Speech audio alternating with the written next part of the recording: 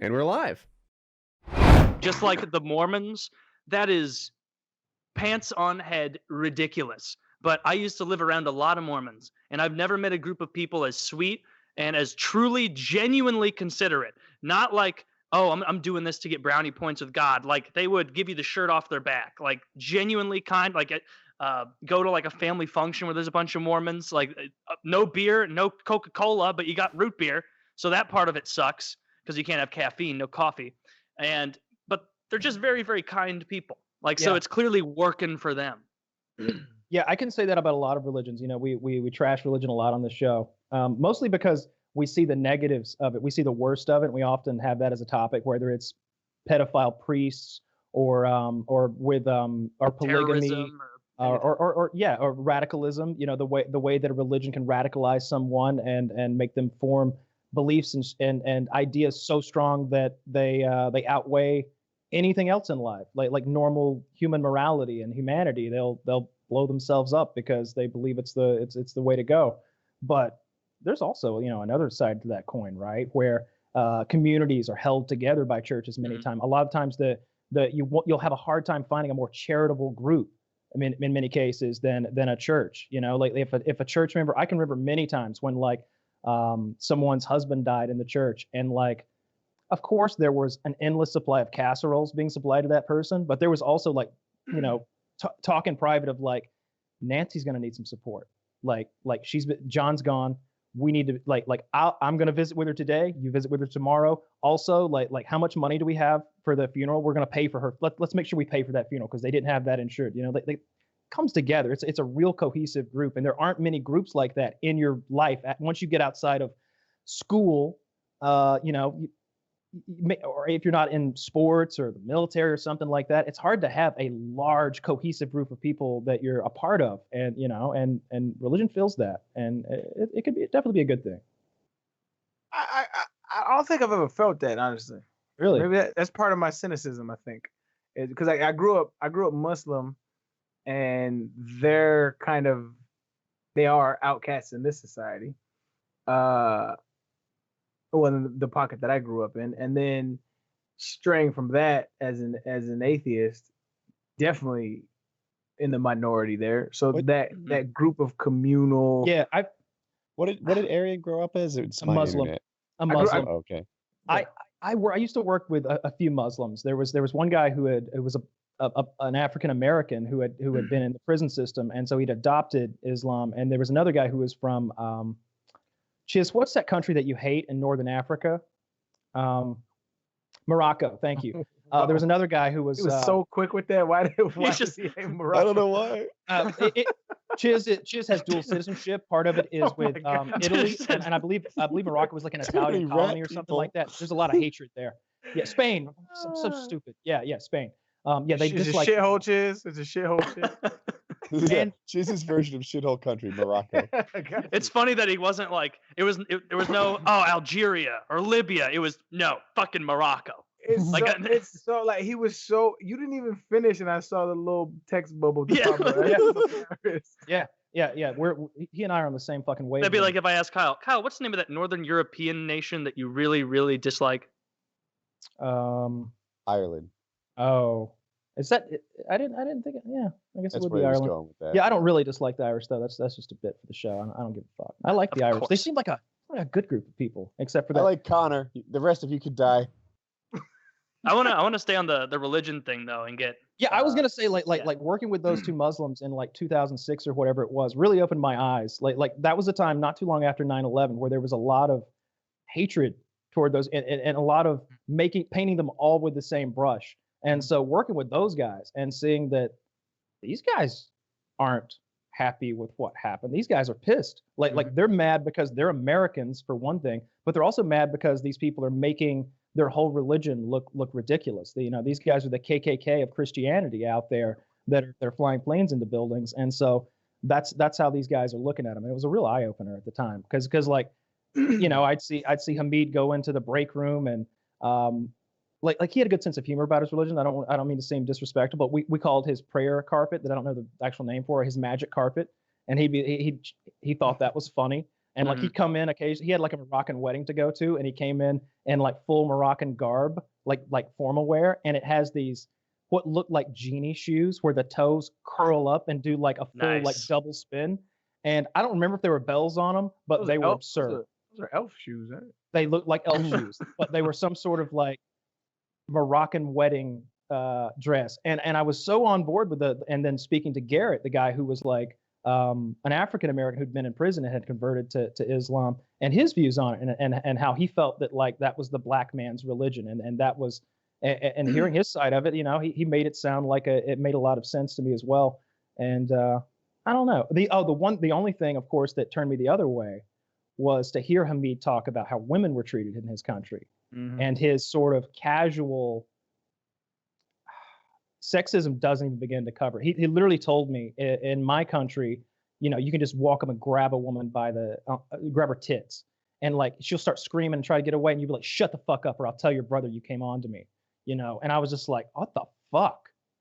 What the fuck are you talking about? Are you serious right now, or is this some kind of silly joke? Yeah, one of those countries where they need like 4 voices in addition to theirs just to equalize one male voice, you know, where it's like, well, you need to have yourself and 3 other women around. Otherwise, you're probably just making it up, skank. And see, this is why I detest religion, because I mean, I don't know about the grabbing of, I haven't studied that scripture in that much detail, but there is a lot of mistreatment of women in the Bible and the Quran, so it's justified.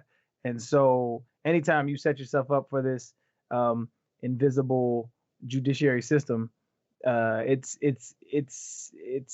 indefensible. So nobody, you can't tell anybody it's wrong. And so that's subjugation by default. You know, it's and there's not much introspection about it either, because it's just taken as fact. So you don't think, man, the way these women really don't seem to like this. You know, it's more just like, no, well, of course they don't like it, but that's the rule. Yeah, like, that's the way this goes. Do you see, Arian, anything positive with religion? Like when you see someone like, you know, in trouble and their church really helps them out, regardless of religion, and they help them get back on their feet, or just a community that, you know, tends to, you know, get together and be positive reinforcement to one another and encouraging. Like, do you think that is a positive aspect of it, or, you know, you'd rather just nix the whole thing? So I've been back and forth on this. So I do see that positive aspect of it. But I don't really chalk that up to religion. I chalk that up to human community, because if you set it up like that, then what you do is you kind of start with the premise that religion has a monopoly on goodness, and that's not the case. There's plenty of people who are non-believers who do extremely great charitable. I've done a bunch of charitable work, like, and there's no cameras around. Like religion doesn't have a monopoly on goodness. And I used to think, to answer your question, I used to think, no, religion is shit. Get it out. Like, it's just bad. It's like we all 4 here can write a better Bible than there is currently. No doubt in my mind. But what I've noticed over the years is, I'm fortunate enough to sit here, and it is a privilege that I have, that I can talk about these issues, think about these issues in depth, right?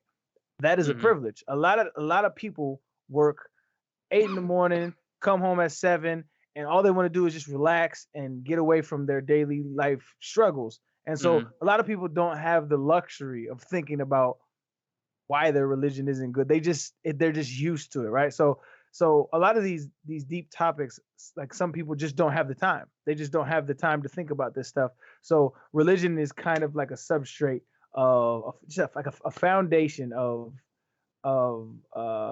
structure. Like that's it. And they use it like that. They don't go and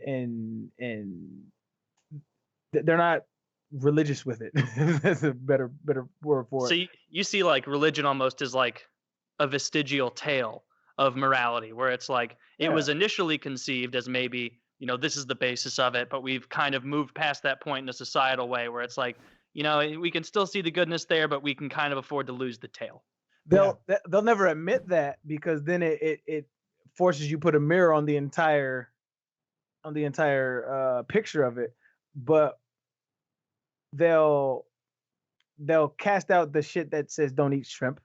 They'll say, oh, that's the Old Testament. Well, there so is the Ten Commandments. So like when you start poking at them like that, they're just like, listen, I just want to live a good life. I'm not, and that kind of religious person, I understand 100%. Yeah. But it's those people that try to push it and say they want to live in a theocracy. That's when I start to say, okay, well, let's push back with some logic, and I'll show you how stupid that shit is, right? Yeah, but like if you're just a Muslim or a Christian or a Jewish person who this is just my faith and I just want to live my life and I'm gonna be good to people, I don't know, which is the majority of religions. Yeah. But you have your fringe people who are fucking crazy. Yeah, for sure. You know, they say there's no atheists in foxholes. Like, let me ask you this, Taylor. If you were on your deathbed, do you think that you would, come back to religion, ask for forgiveness for your sins? I'm not like staunchly like there is no God. Yeah, I'm not either. Like I'm more like it's totally possible that there's a God out there.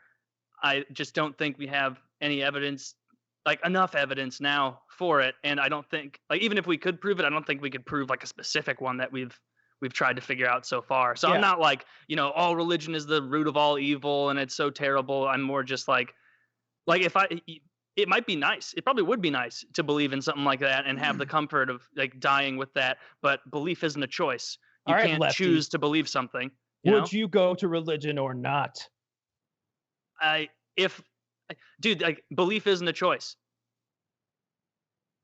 Like you can't choose to believe something. I could lie if I think God is so dumb that I could play into it. But like, no, then he would know I was faking it. I think that I guess what I'm suggesting is that maybe in that situation, you would gain faith.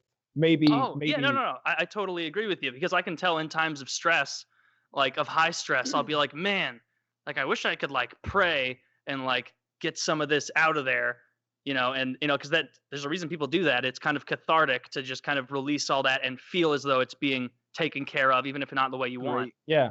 Great word, cathartic. Oh, thank you. Yeah, that's on my calendar. It's a March word. Yeah,